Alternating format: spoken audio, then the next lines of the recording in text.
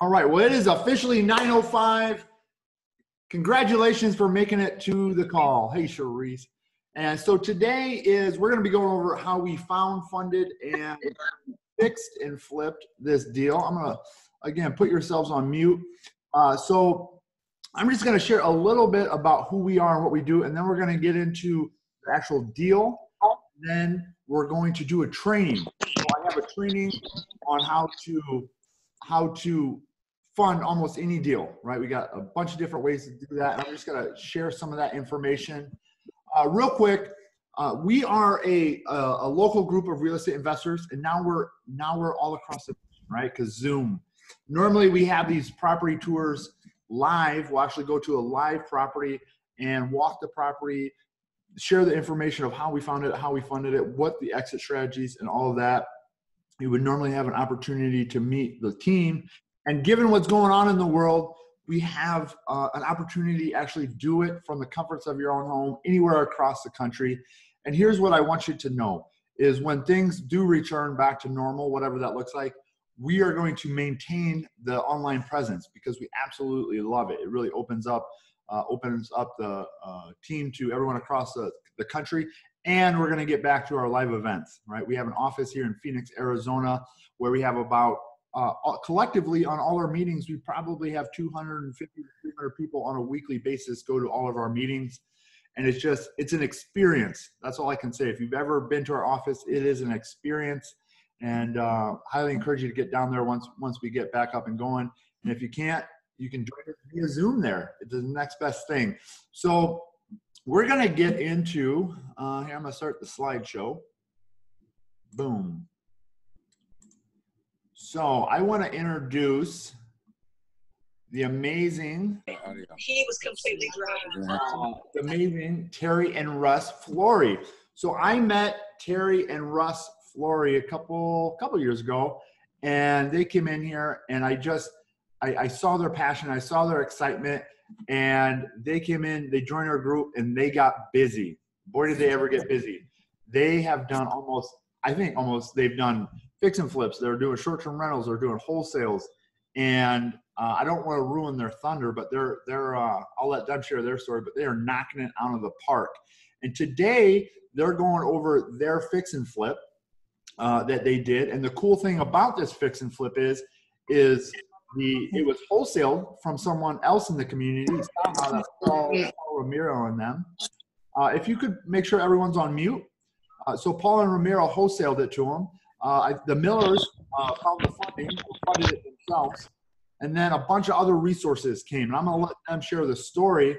But Russ and Teri, you want to come on out and introduce yourself and share a little bit about yourselves? There they are. Hi. Hey guys. Hey gang. I'm going to stop sharing so we can see your beautiful face. Oh, there we go. Now we can see so we've not just shown the wall.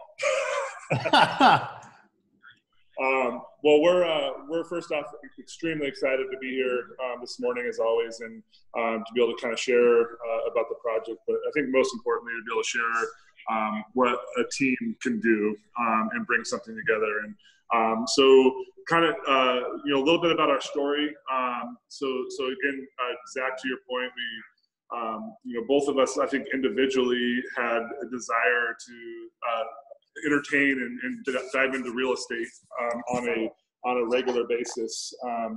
However, we just didn't know how to do it completely. I know when I was 17 years old, I had my first experience to actually look at a home. I'm like, wow, this would be great to be able to turn this home around and actually sell it. So here I am, almost 46 years old, and now we're finally involved with it. But what really came about to get it there was a group and a team across the board, and we met Zach. We met you a little over 2 years ago, and what was amazing about the community that we're all involved in with real estate today is understanding what education means, understanding what team means across the board, and how that brings about these opportunities to actually fulfill and take action in a deal. So since then, like I said, we've actively been involved in the community that we're talking with today, but what it really has done is afforded us the opportunity to learn how to talk to folks about real estate, and it's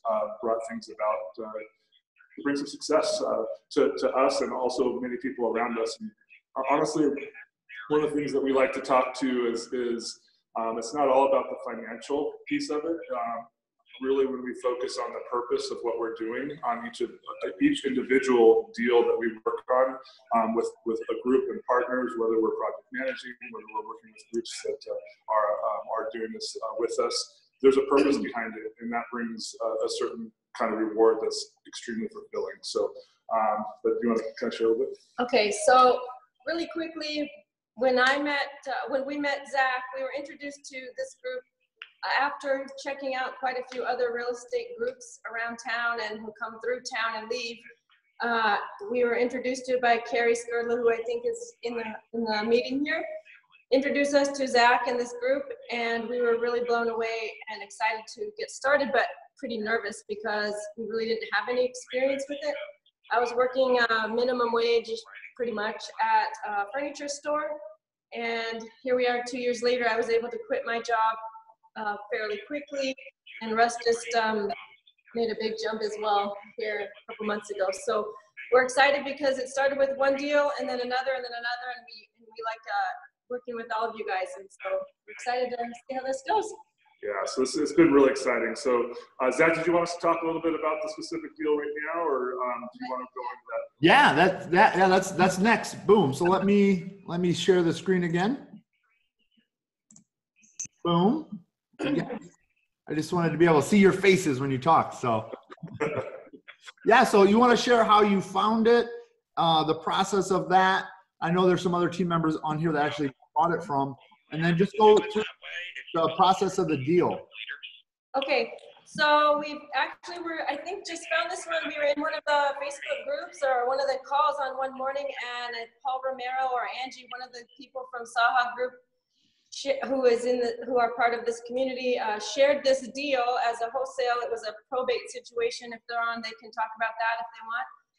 And it happened to be pretty close to our house. We went and checked it out real quick, and I think I probably reached out to somebody to ask them what they thought, Brandon or you or somebody, because I always do that. And then we decided to go ahead and take this one on ourselves. We realized that immediately this is something that we needed to jump into. It's a great opportunity, and to Terry's point, we were actually kind of looking for a deal that we can take down, and this one worked out fairly well for us, and so it's been really exciting to kind of see this come together. And again, I think the real exciting part of it is again, like talking about Paul and Delana and Angie and everybody that works with the Saha group, first off introducing us because they actually found the opportunity originally, and then we just took it to the next step to be able to do the rehab. And then on top of that, we immediately reached out to the Millers, Brandon and Amanda, and saying, hey, here's where we're at. We already put our earnest money down. We're ready to start moving forward. And at the end of the day, we said, hey, this is what we need to do to get the rehab going. And Brandon immediately said, hey, I think we've got some help that we can provide in funding. And he reached out to family, and I'd love for Brandon to be able to share that part of it if he wants to, but he reached out to family, and his sister actually funded the full rehab and some of the carrying costs on the project that is to where it is today. So it's been an amazing opportunity to be able to bring this to fruition, and it's been a lot of fun. So you bought it from a wholesaler. Essentially, for the new people on the call is, so you got people out there finding properties, right? They're all they do is they find properties. And there's Paul. And Paul, you want to share a little bit? Do you know the background of this property? I'll tell you what I do know, Zach. I don't mean to put you on the spot, but I know that it wasn't me that got this property, right? I know that I have built a team, a wholesaling business, and I have a team of people. And if it wasn't for them, we wouldn't have gotten this property. That's how much I know, Zach. Got it. If you'd like to bring Delana on, she could probably tell you a little bit more about the story behind the actual acquisition of the property in the probate situation and all of that. I do know that we had a situation where there was a question on what was going to be owed on the property, and so there was an opportunity where we were either going to make a large chunk of money on this wholesale deal, or we were going to make, you know, just an average kind of a wholesale deal on this. And it all depended on how much money ended up being owed on it. And it came out to our benefit. So if you'd like to bring, Delana on though real quickly, she can tell you a little bit about the background of the actual acquisition of the deal. Miss Delana, are you on? Yeah, good morning. Hey, there you are. So like Paul said, a lot of this has to do with teamwork. I mean, when I first got in, I thought that I needed to know how to do a transaction front to back in order to be able to do it myself. But the truth of the matter is I don't. So I work on Paul's team, and all that I need to do is I need to find a homeowner that's interested in a solution for whatever's going on with this property. With this particular property, the way that we found it was it came off of a foreclosure list, and then Marsha, it came off of a foreclosure list, and then while we were assessing the property on our initial going out, we found out that it was vacant. We talked to the neighbors, found out that the owner had passed away, and then within Paul's team, we have somebody that helps us track down family members. So the family member I actually got in contact with was the guy's son's wife, because the guy was the son of the owner of the property was tired of dealing with the bank, because they had already opened a probate, but the bank was just being difficult, you know, like banks are. So then I called his wife, and his wife is like, hey, I think this lady can help us out. Otherwise, the house is just going to go to foreclosure. So then within our group, within the Saha group, which is Paul's company, we know how to complete a foreclosure front to back. We know how to talk to the lenders. We know how to take everything through title. So then after I made that initial relationship with the wife of the heir, and then in addition to that with the heir of the property, then I got him on a phone call with one of Paul's other partners, and that was how that property was able to get under contract. That's fantastic. So the key we want people to know is you can leverage other people, leverage other people's resources, leverage other people's skill set, leverage other people's time. So fantastic. So you have anything else to say, share, Delana? Sorry, what was that? You have anything else to share? No, just that I'm really happy that I had the opportunity to work with Paul, because I'm one of those people where I had a lot of time available, but I didn't quite know exactly everything that needed to be done. So I'll take a project or a property up to the point that I know, and then I'm like, Paul, what's next? So it's a very good resource. And that's like I said, Zach, there about the fact that I didn't get this deal. I played a role in it, yes, but different team members take a different aspect of acquiring a deal. That's the way we've kind of structured our business. So we have somebody who's out there doing the front end. We have somebody that comes in and actually, secures the deal. We have somebody that then takes the deal and gets it through the closing process and deals with the bank and does all of that sort of thing. And we have somebody along the way on that front end as well too that helps us, locate the people and all that. So it takes a team to be successful. And the more you can break down your team, the less work you got to do. For sure. and you can bring people like Delana in who can accelerate in one certain aspect where they don't have to know everything, right? And they can get going and be successful. And that's sort of how we operate over at in this community altogether. I mean, there's always somebody you can turn to here that can help you with the piece that you don't know. I love it. I love it. Well, thank you, Paul. Thank you, Delana. I want to get back to Russ and Teri. I want to talk about, so that's how you found it. I want to talk about how you funded it. And I have a training. I have a bunch of different ways to fund deals I'm going to go over once we're done with this. But Because I know that's a big concern for a lot of people is, how do I get the money? You want to talk about how you do that? Absolutely. One of the things, again, when we first talked to Saha Group, there was a certain amount of earnest money that we needed to put down to secure the property and allow it to participate in our company. So we did that at the very beginning of our own funds for $5,000. And then we knew that, hey, we needed to fund the principal amount of the home, which the principal sale of the home was $239,000 overall. So we go ahead. Do you know where we got it? Okay. Good. I didn't know where we were going to get that money, so I went back to all of my notes from different meetings that we had been attending from some of the meetings that we go to on Wednesday nights, masterminds. And so I was just going through my notes and I called some of them on there, and that's where we got the initial funding. So Russ can explain the terms of the money. I just didn't know if he knew where we actually got it. Okay. So it worked out great. So again, you can see a great team here making it all happen. Again, we got this information from the team in the community to be able to know where we needed to go. So we worked with Kayak Capital to do the initial hard funding. So we did do a hard money loan, and it covered 80% of the home. Which was about $200,000 is what the principal amount is that Kayak was covering for us on the home itself. So we knew we needed to cover the remainder of the home. So we had another 20% that we needed to cover as far as the purchase, plus our rehab, and then we figured in what it would take on an approximate amount of time. And I figured I wanted to give us enough buffer in the home of 4 months of holding cost. So we figured that's what our gap funding would need to cover along with our rehab. So that's where we went and talked to some folks in the community. And our first stop was Brandon Miller and Amanda Miller. And that's where the conversation came up. He jumped in, took a look at the project, make sure it seemed like it was feasible. And he was able to reach out again to some family that had some money that they wanted to fund to projects.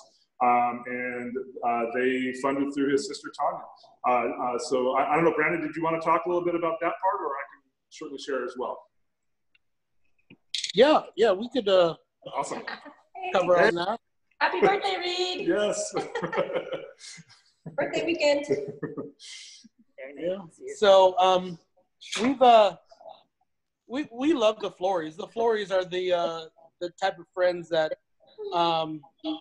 well, you're always trying to you're just trying to not appear like they're the ones who are giving everything, right? So when they call, we just want to make sure that, and we're gonna do our best to help and fulfill for them. And they wanted to fund this deal, and I literally saw this deal the day before they called, and I thought, that's a great deal.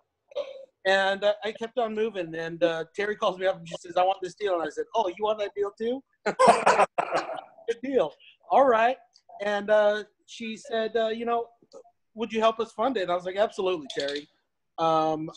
My sister's on board. She wants to fund this deal. Let me just get her online. And so we were able to get her that money. And, I've seen Teri's work, and I'm just so impressed with the quality of stuff that she does and produces, and Russ too. And so I knew that this was going to be like a home run hit, so I was thrilled to be a part of this transaction for Teri and get them the money that they wanted. So and truthfully, it's real generous income for my sister to interest wise that she's going to earn off of lending the money to them. How much is she earning in what time period? Yeah, she's earning a little less than $5,000, and I want to say it was 118 days. Don't correct. Yep. So how much did she lend? Say it again. How much did she lend? I think it was 70,000. So 70,000. 70,000, and she's earning 15% interest on her money. So 50. So okay. That's actually really good interest to be earned on money in this area. And the profit to her is going to be under 5,000, but know, it's good for her. And she's got a passive role in this. She just lent the money, and it's going to turn great. So Fantastic. So you guys had hard money and then debt or gap funder, right? How much did you pay for your hard money? Can you go through the process of that? So we're paying 12% on hard money. Okay. So we're gonna have approximately $8,000 in hard money for the overall project, and then to Brandon's point, we're gonna have just under 5,000 for interest on the gap. Okay. Okay, and then we invested into the rehab portion just under 25,000. Okay. Okay, so what that's going to turn with real estate fees following the project being closed, which is actually closing, we're looking at before the 30th, which is awesome. So it's going to be done by next week, which is great. So we are going to actually be right about $25,000 in net profit for the project. That's fantastic. That's fantastic. Let's talk about the rehab. I've been showing a bunch of before photos. I'm going to pull over the after, right? The after photos. And when I pull this house too, Zach, as well. We are at the house too if you want us to do any walkthroughs. So what was that, Terry or Russ? So we are actually physically at the home too if you need to walk through and look at anything. So yeah, I think this would be great. I pulled this up this morning. I saw under contract. I'm like, boom. Yeah. And so I just wanted to show some photos. And if you've ever seen their work, it could go in a magazine. They do such an amazing job. And so you want to talk a little bit about what you did on the rehab? Okay. I got tapped to talk about it. So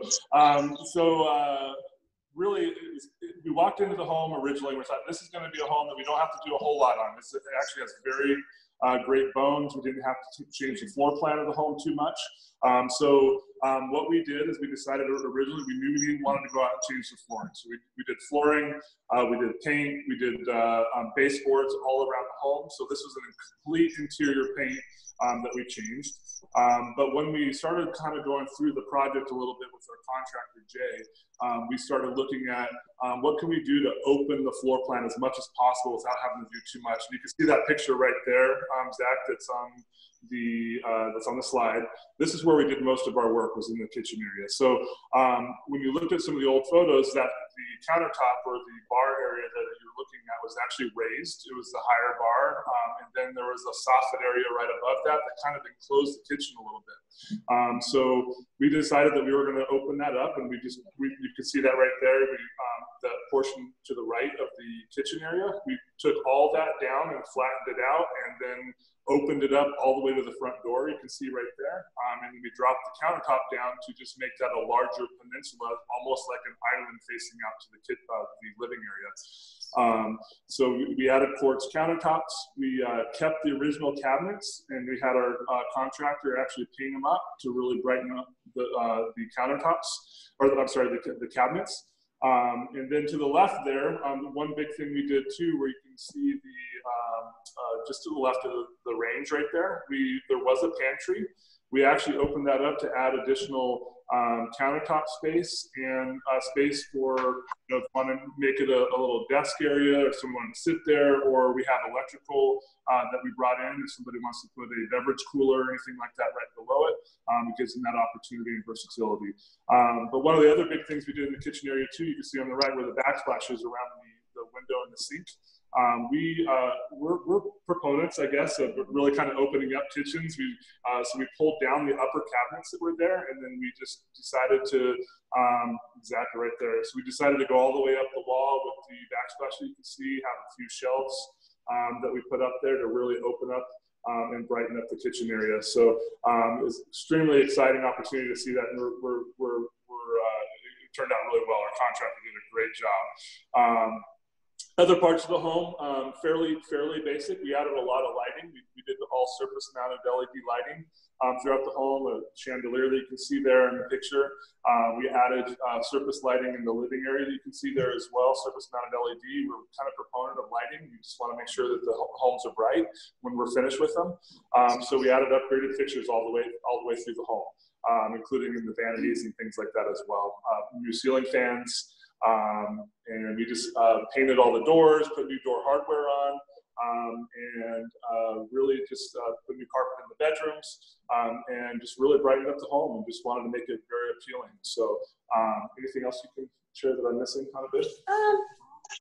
Well, some interesting things there. See that mirror that was in there? I'm always on the hunt for unique items and things like that. Well, as you know, everything has been closed down. Like some of my favorite stores and places were not able to have access to. So luckily we also have a staging business, and we have places we can go, like our storage units and our own home, to be able to bring things in. So some of these items, that mirror right there actually came from one of our own bathrooms because I couldn't find a mirror that we liked anywhere. So anyway, just some fun stuff like that. We're always just trying to put it together so that it has some unique light fixtures and things like that. That's resourceful. Yes, yes. So on the outside of the house, we really didn't have to do a whole lot. We had, we obviously cleaned up the yard and made sure everything was trimmed down. We took out a couple trees that just didn't make sense and that were not in the greatest condition. And we patched and painted and did some things in areas that we needed to make sure that we upgraded and wasn't in good condition then. So this house came with everything. Like yes. If you saw the pictures, there was a lot of furniture. Brandon and Amanda and Cheryl, who's on the call as well, were here helping us clear out the house. There were a lot of things here that we took a few loads over to DI and some donation places. And then I think we sold a few things, and that's about it. Yeah. So really, the process of going through it was just making the decisions of what we wanted to do with the home, and then taking some action, and it really came together nicely. And again, to everybody's point that has been talking, it took a team to get this done. We really, credit our, obviously the lending process, Jay, our contractor, Cheryl came multiple times to help us out in multiple different ways, whether it's cleaning up the property, helping us stage, helping us. We actually regrouted the entire floor. We regrouted the entire floor of the home because the grout color came out. We weren't pleased with it. It was a mistake. So we changed it across the board, and Cheryl was helping us get all that done. So a huge part of our team, and great friend obviously as well. So and then Brandon and Amanda helping us get some stuff emptied out. Again, I think the biggest part of this story is what we love and are passionate about as the people, and it takes a village to make it all work together. So we're super excited about it. So, I love it. I remember when we did a walkthrough on this one, yes. and I want to talk about comps. Do you have anything on the property? Anything else on the property? No, I think we're good. It was we didn't really have any huge setbacks or anything like that, other than we did get about a month late start because of the holidays, and we had our hands in about 4 or 5 other projects at the time, setting up some vacation rentals before the season hit. So we got a little bit of a late start, but we knew we were still okay. I kept watching the comps all through the Christmas season and everything, and I figured we're coming in right about the exact point where we thought we would. So we're really grateful for that. So, yeah, even amidst the times, we weren't sure when everything started happening with what we got going on in our country today, and especially the state. We weren't sure what was going to happen, but one of the things we focused on is just really trying to put out a really great product, and that really held to what made sense. So we looked at to Teri's point, she was constantly looking at the comps and where we should put the sale price at on the home, and we actually. Well, we ended up using a realtor. Actually, I don't have my license yet, so we ended up going with another realtor in our community who actually is not on this call. They attend some meetings on the other side of town, but she's also tied in with one of our instructors with this community. That's her broker, and so we felt really confident that going into these challenging times, we were going to have some people that could help negotiate for us if we needed that. So we felt really confident in that area as well. We actually got a full price offer, I think the first day or two that it came on the market. And that one actually fell through. The buyers got cold feet when everything started shutting down. So then our realtor put it right back on the market promptly and kept us up to date. And we got another offer right away. And so we're looking good. We're supposed to close like Monday or Tuesday, supposedly. Yeah, we got one last item on the Windsor list, and we're good to go. So, but turned out great. So kind of to your point, Zach, on comps, we actually pushed the market on our original listing price, and it actually turned out really good, and helped us pull through. And to Teri's point, based on having a cash offer on our last offer, we were able to negotiate kind of to where we wanted to be at originally on the home, with a faster close. So when we talk about closing and time with these kind of projects, it's going to help us on the financial side with having less interest, obviously, so we're not extending the closing process. Absolutely, yeah. And so I think that's a great thing to talk about is, with everything happening in the world, people are like, are you still selling properties? And we have one of these every week, every Saturday we have, and they're selling, right? Because the quality that you guys are delivering, the value that you guys are just crushing it, right? And that's important to know, pricing it right, doing the correct rehab, right? You don't want to over rehab, but you don't want to under rehab. And buying it right. We had all your guys' help to help us evaluate the deal. You make the money on the buy, they always say, right? So we have to buy it right. We had a team of people who bought this right, or got it under contract correctly, so there's still little bit of money for everyone to be made. Yeah, it's like you make money when you buy, you get paid when you sell, right? I want to go over some comps real quick in the sense, and this is more for the guests and the people that are new to this, is because we see deals every day. Let me rephrase that. We see properties every day. I want to distinguish a property from a deal. Properties, you can go out there and walk around and see wherever you, right? And if you're on, could you please put yourself on mute?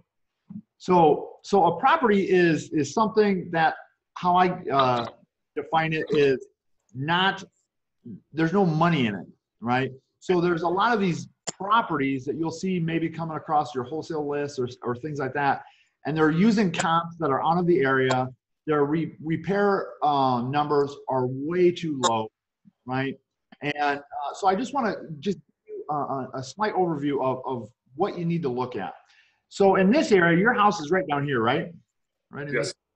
Right. So we want to stay in this general area here, and in some markets, like you could go across the street and it's a different area, different school, it's a different community. Like there's different tax structures. There's all these things you got to be mindful of. So when we're pulling comps, we want to make sure we're in the general vicinity, and what we're looking for is similar style home, similar year, similar square foot, similar bedroom, bathroom. We're trying to find like for like. And they had some great, this was one of the great comps that you guys pulled up. I'm just going to go over that. You want to share anything on this?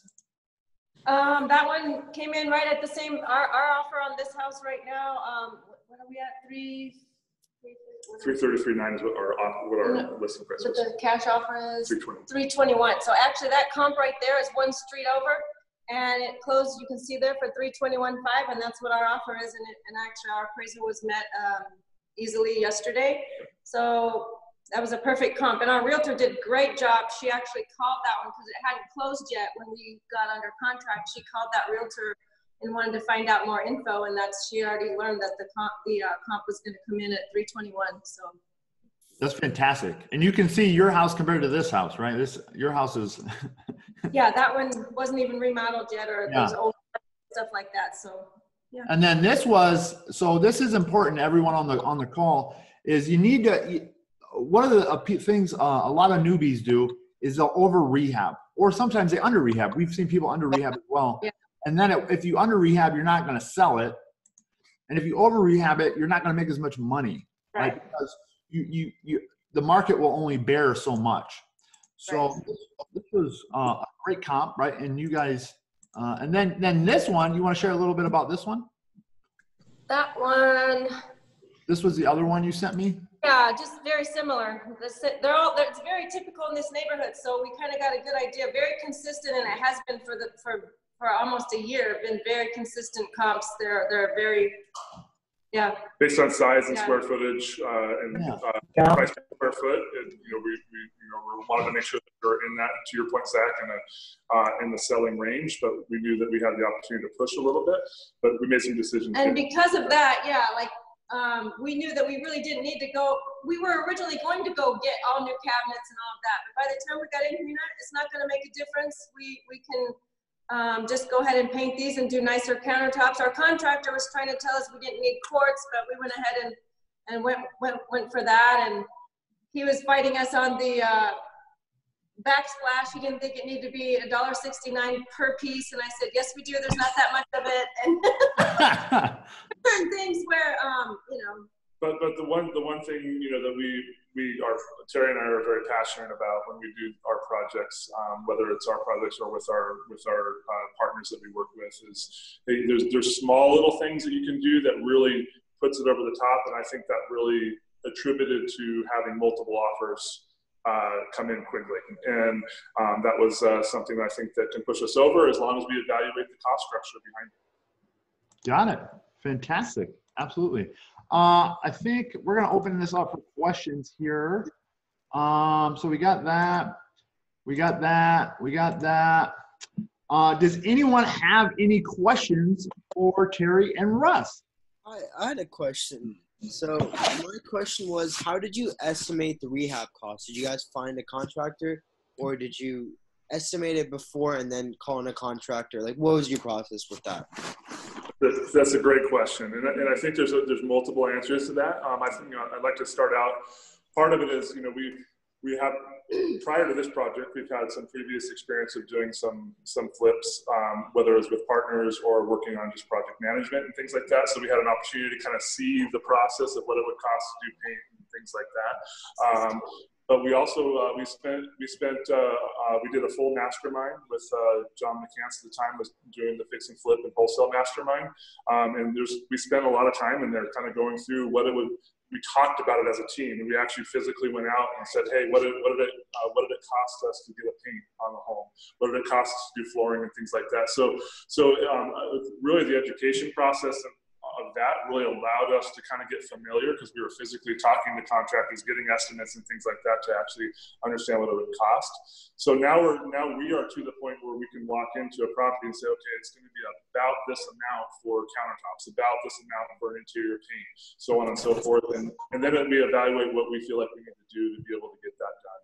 So and then typically now at this point when we evaluate a project, I will be a little bit more conservative on the side, where I'm probably going to bump that cost a little bit, and I add a contingency with it. Then at that point, when I come up with my estimate, we do have some contractors that we've developed relationships with, and I'll have them come up and give me a bid as well. Fantastic. I know somebody asked, where did you find the contractors? Kamian did. That was through the community, essentially, right? Correct. I mean, we've actually been working with folks through the community on a regular basis, and actually a deal that Teri had done in the past, we had linked with them as well. We gave them a call and said, "Hey, come on, take a look at it." So again, it's just connections that just kind of grow. And the real estate community in general, even though we live in a large area, is fairly small, so you can start working with each other. So. And something else I want to share, and the reason we do these property tours every Saturday is so you can get points of reference. Like, you got to see what it looked like before, and you got to see what it looked like after, right? And then you, the idea is, you have all these points of reference. Okay, that took about 26,000. I think, that was your rehab? I'm sorry, it dinged right there. One more time. Your rehab budget was about 26,000? Yes, it was actually. It's going to come in. My budget was 27,000 when I originally budgeted, but our actual is going to come in about 26. 26. So you got to see what $26,000 will do, and you go. The idea is you go to enough of these, and you have to ask enough questions. You're going to get a feeling for what that house looks like, or I'm sorry, what that's going to cost the rehab, there's investor pricing. And then there's retail pricing, right? And a lot of people out there, if you don't, and this is what will make you competitive, is if you know how to get those investor pricings, if you know who the contractors are that will work with you for the investor pricing, because they want a consistent job, right? Consistent jobs, plural, as opposed to the people that only work for retailers, right? And we can't do this. We can't do what we do if we just was working with the retail contractors, right? And then the retail supply houses, right? We want to find the inventory, the product at a discount, and we have a lot of purchasing power as a community, right? We get discounts and stuff like that from that. So that's a great question. We have another one. Can you clarify the wholesaler return? Yeah, I mean, do you want Paul or Delaney to talk about that, or are you gonna speak to that, Zach? Yeah, I don't know the number, so yeah, if you guys, whoever wants to talk about it. Delaney or Paul, do you guys want to handle the wholesale return portion, or? So what did you guys buy it for? So we bought it from you guys for $239. $239. I can come back to that. I have to look up on the spreadsheet to see what we actually purchased that for. Take me a second. Yeah, we'll move on. Let us know, Paul. We're going to move on to the next questions. Someone else says, can you go through the numbers?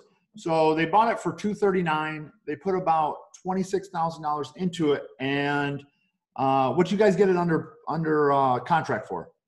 $321. $321. So they got under contract for $321. Your money cost was $8,000 plus $5,000 approximately. Correct. Right. And then the selling commissions, and you want to talk about some selling costs? Because I know some people, it's hard to understand what those costs are, especially retail versus investor costs. You bet. So we on the real estate commission costs, we actually negotiated that down a little bit. So typically you hear the 3% on the buyer and seller realtor side, and so we were able to negotiate that down a little bit. But part of our contract, one of the things that when we negotiated the contract with the buyer, is we said, hey, since you're going to come down a little bit on our asking price, we're asking that you guys cover closing costs. So that was able to help us buffer a little bit on their closing costs. So so as a seller, we're not having to cover the entire closing of the home. And as we know, that sometimes can add a lot to the expense structure on the selling fees. So our overall selling cost of the home is about $16,000. Got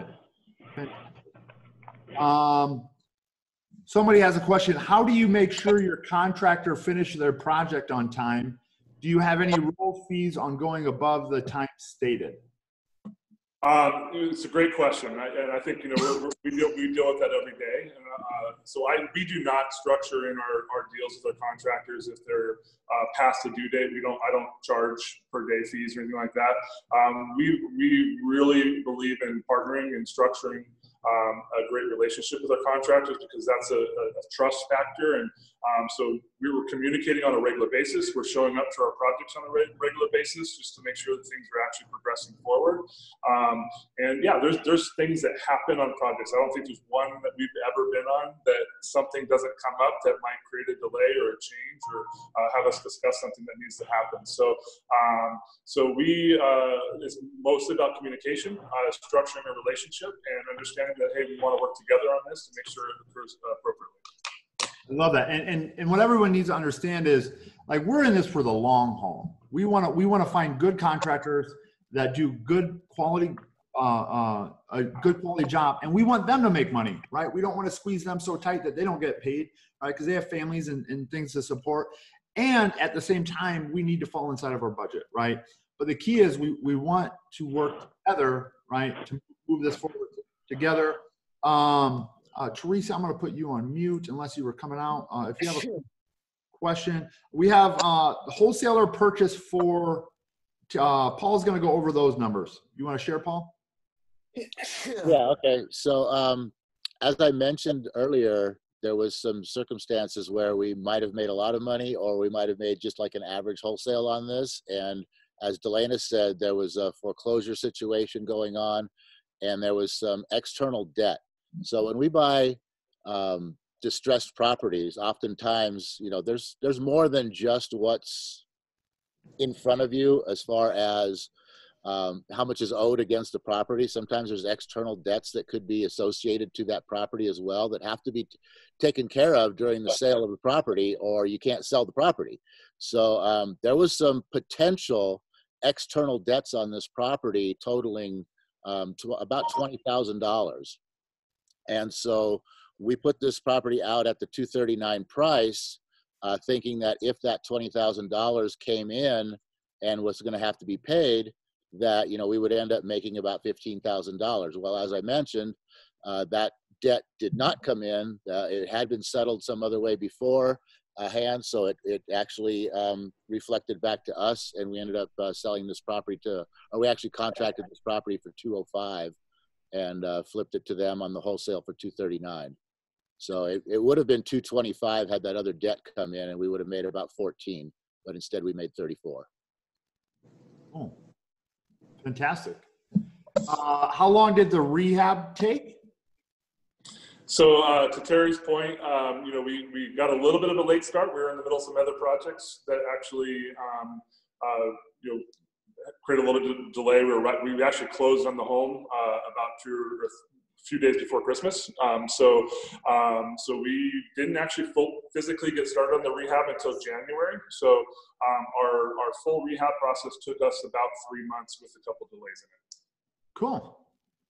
It was probably faster, but like I said, we were doing, setting up quite a few vacation rentals through that season. So if we were really able to focus on this one, it would have been like a 30-day deal, but we're happy with the way this is. We knew that this might happen, so we're good. Yeah. So when I budgeted through the house, we budgeted, you know, we budgeted 120 days to close the house. So that's when I work on my numbers, I cover that to make sure that, hey, we understand where we're going to end up at just in case anything happens. And I think that's important is for everyone on the call to understand that you run your numbers at a conservative basis and then you hope for better, right? Because what we see a lot of people do sometimes is they'll run their numbers at the best possible outcome, right? And they hope that, and then when they don't, they lose money, or they don't, right? There's some financial implication there. So you really want to run your numbers at a conservative base to make sure it works there. Maybe more time, right? In this instance, right? Time, maybe more conservative ARV, maybe a more conservative rehab estimate. With that being said, if you're too conservative, you're never going to get a deal, right? So it's a really fine line of knowing what the market's doing, knowing all of that stuff. So what is the average time frame you shoot for on the remodel, assuming, as you said, you have to try to have 120 days for the total project? So I think, correct me if I'm wrong, you guys said about 30 days front to back is what you budgeted? On a home like this, you know, if we're you know, making sure we have everything lined up appropriately, yeah, 30 to 45 days should be a realistic time frame for a project like this from start to complete, because we don't have permitting, we're not doing any structural changes, it's more of a lipstick change on this home, so it should take about 30 to 45 days. Cool. We got some great questions coming in here. Boom, I love this. The number, the wholesale side, are you generally looking for, all right, they keep coming in, I keep getting moved. Are you generally looking for deals where the investor is lined up already? This was for Paul. I'm going to answer that and say, if you have a deal, it's easier to find an investor if you have a deal. The challenge, this is my opinion, the challenge with most wholesalers that are new is they don't have a deal. They have a property that they found somewhere else. I'll add 5 or 10 grand to it and then go out there and wholesale it. But it was never a deal in the first place because they paid too much for it. If you have a legitimate deal, this is my opinion, if you have a legitimate deal, it's easy to wholesale and or find the money, because there's people out there that need their money to go somewhere, right? We have people that join our group with millions of dollars and they're like, Zach, all I want to do is lend. All I want to do is partner with people. But they're only going to partner and or lend on stuff that's a deal. And you can see, like when Terry and Russ came to Brandon and Amanda, you know, Brandon and Amanda already saw it and they go, oh yeah, this is a great deal. Boom, like that. So I hope that answered that question. Do you guys have anything, or Paul, you have anything extra to add on that? Yeah, I'll just add a little bit to that. So we basically look to contract everything at what we know works for what we call the average flipper, right? So if it's a wholesale, if we contract it at a price where we can wholesale it to somebody who can do a fix and flip on it, then it's a deal every time. There's a lot of people are out there looking to, contract properties and potentially, wholesale to somebody that's looking for a rental property or something like that. So you're limiting your buyer pool when you do that. So that's why we look to contract everything at what somebody can take this off our hands and do the fix and flip, and they can make some money on it. And that's what we go for. So no, we don't have to have a buyer lined up before we contract. Cool. Chad has a great question. He says, the number on the slide seemed very high level. What kind of spreadsheet do you use and what level of specific detail do you plan out? So Chad, you're absolutely correct. For presentation purposes, these are very simplistic numbers. I mean, when we're planning stuff, everyone has their own spreadsheet, right? Everyone has their own way of doing it. But when we're planning stuff, we're planning like, our rehab list is, okay, how much for the kitchen? How much for the bathrooms? How much for the tile? How much? And it's itemized. And then we have itemized, if there's HOA fees, we have itemized interest costs. We have itemized electric. We go into the nuts and bolts of that. I didn't share that on here. Just, I imagine, if you want to get more in that, we can have a side conversation. But he says, I worry that seemingly simple calculation misjudgments could create an underwater investment. And you're absolutely correct in that. You got to know your numbers. So Terry and Russ, do you want to share anything on that?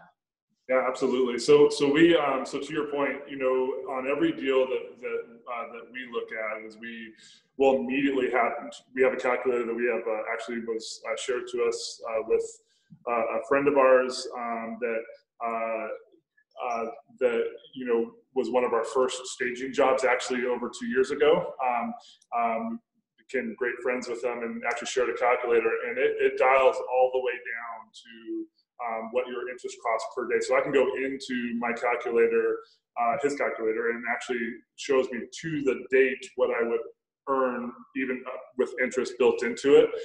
So yeah, everything is dialed into. We're looking at it very specifically. So these are some great questions, but you're absolutely right. If you don't look at it on a perspective that there's a potential hit that you could take here, whether it's a roof or plumbing or something like that, I always additionally work in a contingency cost when I'm working on my numbers as well. I don't know if that answers the question, but yeah, definitely very finite in looking at everything. And what's great is we have, I'm going to get into a little bit of that. We have masterminds and a daily call every day that we can go on and talk about this stuff with each other. Do you ever buy and hold? I think everyone, yes. You guys buy and hold, right, Terry and Russ? We've done some work with our friends and partners that we work with, a TFA group, and so we've learned a lot from them and are growing with them, and actually we're pulling a lot of work together with them on multiple strategies. So it's been a great opportunity to learn about that. Yes. So to answer your question, yes. Fantastic. I want to be respectful of everyone's time, but we're going to try to wrap up by 10:30, and I still have a small little training I want to do. But we're getting some questions about other strategies, and I want to get into that. Is Jay Tenenbaum in the house up there, Flores? He says. Yeah, Jay here? What? Yes, I'm here. Oh, in the house. Oh, okay. He said he was in the house. I didn't know if he was actually in your house or not. No, no. So we have masterminds, and that's something I want to share. Is we have a local group. We have daily calls Monday, Tuesday, Wednesday, Thursday, Friday. Every morning from 8 a.m. to 9 a.m. where we're masterminding, we're talking about things. And then Wednesday night, we meet up for the big mastermind, and we have different strategies. This is one of a multiple type of strategies we do. We have people that are fix and flipping. We have people that are buying, holding, multifamily, commercial, land development, short-term rentals, out-of-state investing, notes, lease options, subject, contract for deeds, tax liens. Like I could go on, but the idea is we're all coming together on Wednesday nights. Now we have a couple masterminds, and I'm gonna turn that over to Jay Tenenbaum. So Jay Tenenbaum actually runs the masterminds, and he joined our group, gosh, two and a half years ago. He's almost 3 years ago. Speaker on distressed mortgages, distressed notes, out-of-state investing, REOs, the whole gamut. And you want to share a little bit about yourself, Jay, and what the masterminds include? Sure. Thanks, Zach. So I came to this community the summer of 2017. So it's been almost 3 years. And boy, time flies when we're having a ton of fun. I have done close to 350 deals in my career since 2013. I'm a little unique or a little abnormal, I guess, because everything I've done has always been out of state. I came here from California. I've never done anything in California. I've been here 3 years. I've never done anything here in Arizona. I buy distressed mortgage notes or properties all out of state, where my price points, my acquisitions are a lot cheaper than in the markets that I've lived in. So I'm fortunate enough, Zach gave me the privilege and the honor to manage the masterminds of our group. We've got my out-of-state notes mastermind. Paul runs our fix and flip. Another gentleman runs a multifamily. We've got essentials. We've got another woman does a short-term rental. We've got a couple other masterminds coming on the horizon. Just basically to cater to the needs of our community. So that's what we do. Just to kind of give you an idea what goes on inside our mastermind. Just in the last week, 2 separate partnerships that grew organically within our mastermind took down 6 assets in Virginia, Alabama, St. Louis, Georgia. There's probably a couple other states I'm not remembering. One group spent only less than $25,000 and picked up $230,000 worth of assets. In fact, 2 of those 3 are already cash flowing on contract for deed seller finance notes. The other group spent less than $15,000 and took down $142,000 worth of assets, and all 3 of their assets are already cash flowing. Cumulatively, the 2 different partnerships spent less than $40,000, picked up over $330,000 worth of assets. That's what we do in our group. The deals are available. The America and the Midwest, the South, and other places across the country is still very much on sale. Anything else you want me to cover, Zach? Yeah, every time I hear those numbers, I'm like, man, that's all I want to do. I love it, buddy. I want to bring Paul. So Paul, you got anything else, Jay? No, I'm good. All right, thanks, brother. So Paul runs a fix and flip wholesaling mastermind, and he's the one actually that got this deal. Well, his team did.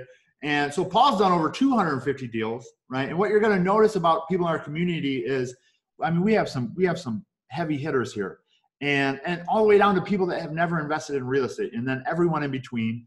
We have people that have done almost every type of deal you can think of, and it's a lot of fun when we get together. So Paul, you want to share about what you're covering in the fix and flip wholesaling mastermind? Just to clarify, the team has done over The team has done over 250 deals. Correct. So yeah, the fix and flip the wholesale fix and flip mastermind. So yeah, I mean, we start out with looking at we cover everything from understanding the market to getting deals to finding funding to understanding the deals, knowing the numbers, and getting the projects done and closed. So I mean, we from A to Z through the process of the mastermind to take someone who basically hasn't done this before and give them an opportunity to not just sit there and learn. I mean, obviously there's the education, right? That's where you learn from, but the mastermind is an opportunity to come in, and we've structured the mastermind to have specific field work that goes along with it. So each week you've got, education to absorb, but then you've also got an action item to take care of that's going to help you progress in what you're wanting to do. So it's not just, hey, watch your education and go do it and good luck. It's no, hey, watch your education, do this, and take this step towards achieving your goal. I love it. And then we have A multifamily commercial, I think they've sort of boiled into anything big. I don't know if he's on the line, but they're doing things like multifamily dwellings, big land, mobile home deals, commercial aspects like that. And then we have a short-term rental mastermind. And as the market, and then we just started a business development one too. Hey, Rich, you're on. All right, you want to share what's going on with that real quick? Yeah, so the new business development mastermind is called Profits, and it's all about every aspect of running a business. So a lot of you have real estate businesses, but it's also everything that you need to know as far as doing a startup, how to structure your business, how to have your strategy plans, how to communicate to people what your business is about, how you're going to be able to help them, how they can benefit, how to automate your business so that it's running efficiently, lean, mean, and it's like a money growing machine kind of thing. I'm working on my rapping. And then also there's one module that's all about your most valuable business asset. And if you don't know what that is, it's actually your body, what you need to have as far as mindset, being physically fit, all that other stuff. So it's definitely something you want to come check out. Cool. And as the market changes, we're going to be, the masterminds change. So I have one more training, but for those of you that got a boogie, I know it's 10:06. This is supposed to go to about 11. I got about 15 more minutes. We're going to get out of here early. But if you want to come back and actually experience what that mastermind looks like and learn more about who we are, what we do, and how you could potentially join us and be part of all this, we have an introduction to our group on Wednesday night from 7 to 9 p.m. We do that. So you're invited to come back there. It's alliancezoommeeting.com, Alliance Zoom Meeting. Hey, Sumari, can you put that in the chat so people can get that? I'm going to get on to a training. And I want to do this training because we talk to people every day.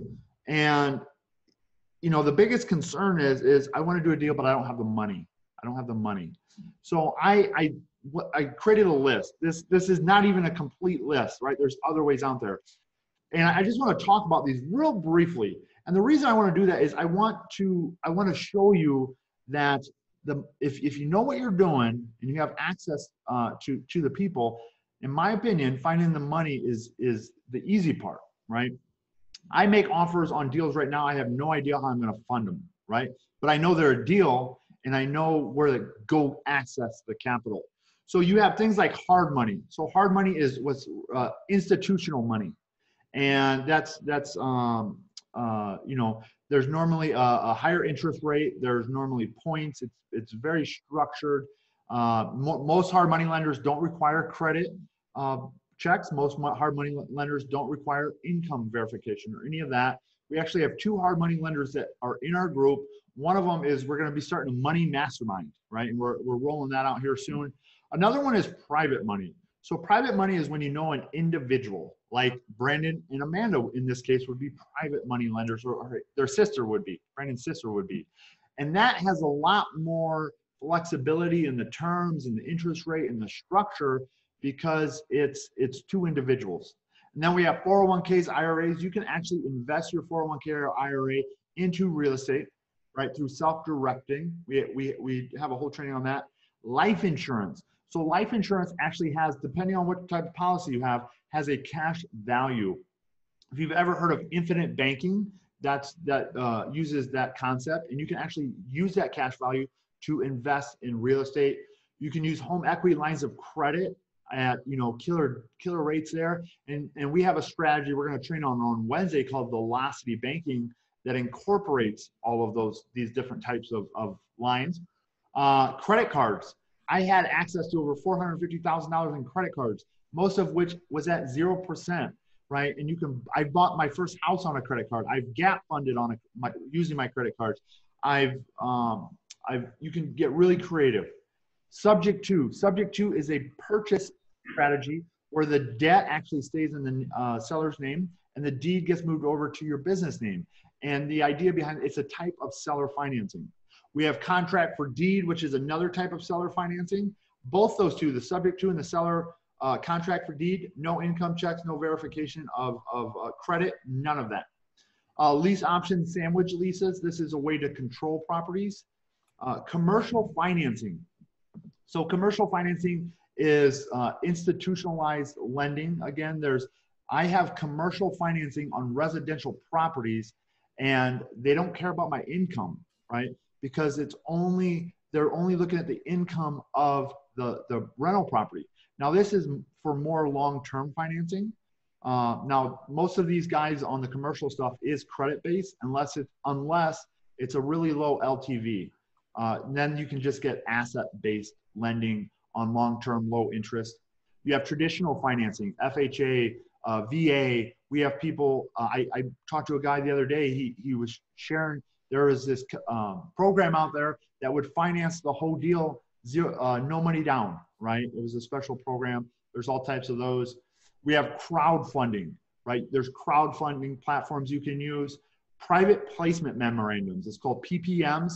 It's where you bring a bunch of people, like imagine everyone on this call put in $5,000 to $10,000, let's say $10,000. We have over 100 people on this call. That would be a lot of money. And then we could either lend that out or we could buy a deal together. It's quite extensive for paperwork wise, but we have people in our group that are doing it all the time. Cross collateralization. If you have an asset over here that has equity in it, you can actually cross collateralize that asset to get money for this asset, right? So there's doing that. Grants. We have people in our group that get grants, and grants, specifically the gentleman I'm thinking of, he was in Chicago and he was doing historical rehabs. Like he loves doing rehabs, and he got a grant from the city to bring this property up to a certain level of its original historic era. And it was about a $40,000 grant, and he didn't have to pay that back. So that was fantastic. We have margin accounts on stocks. We have a lot of people that, they invest in the stock market. You can actually leverage that margin up to a certain percentage to get and use that money for anything inside of real estate. And then we have equity partnerships. That's essentially if you know someone that has money and you want them to come in and you give them a piece of the pie. And the reason I go through this is I want you all to know is there's a way to fund in almost any deal, right? And then if you mix those with different acquisition strategies, right? We have tons of different acquisition strategies. And then we have tons of different disposition, meaning selling. Disposition means selling. So when you understand all of those variables, you're able to be like a deal ninja. You know what I mean? You can put almost anything under contract because you have all of these different financing options. You have all of these different acquisition strategies. You have all of these different disposition strategies where if you only know one or two, right? Like I think Paul was saying it earlier, if you're only looking for a certain type of deal, you're going to pass over a lot, right? And that's what I just love about doing all this.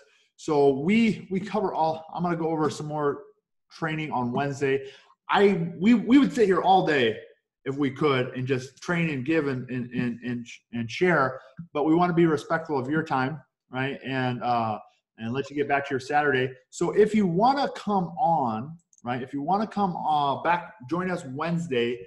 Come check us out. See what we're doing. See how you can be part of our group. And the link is alliancezoommeeting.com. I want to give a big shout out to Teri and Russ. You two are, man, you make me so proud. And your commitment to each other, your commitment to the team. Thank you for, man, you're just there for everybody. And we just love you to pieces. And we're so proud of you. And we just can't wait to see what's all the deals that keep coming. So keep it up. You inspire a lot of people. And I really mean that. Because a lot of people got to see you come in and never do a deal, and now you're crushing it, right? So you're a product of the product, and we just love it. Thank you, Zach. If I could take just one quick second to absolutely wrap it up. First off, want to again, Zach, thanks for the opportunity to jump in with y'all, and it takes so many people to put all this together, and in all different ways. And we've worked with some great friends and partners. We're doing a lot of stuff with a group of folks that we're working with now on a pretty regular basis.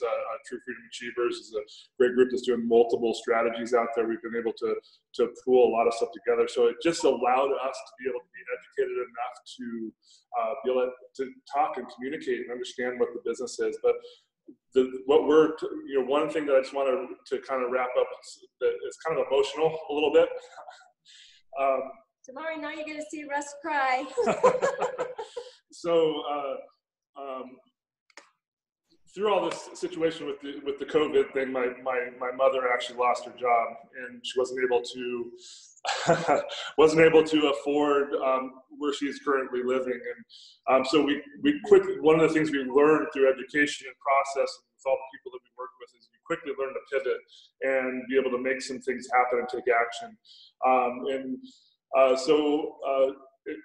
In light of all the things that happened with her, we were able to, Zach, you talked about different ways to be able to finance. Because of education, the folks we dealt with, we learned how to do seller financing. And through the relationships of folks that Teri was able to connect with doing staging and design, we found actually a mobile home for my mom that we were actually able to seller finance. It's going to allow her to move into her property in about 30 days. And through the community, just simply by jumping on a phone call one morning,